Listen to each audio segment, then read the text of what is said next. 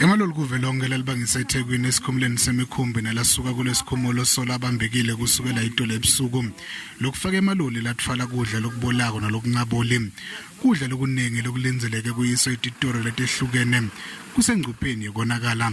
Indlela mayivaleke kanjena kusebenzeki iyo nje into esifisa ubuhlungu nje asazi ukuthi bosikhululaneni babevale ngolhlobo. Le ndaba ye strike lena ayisiphathanga kakuhle ne.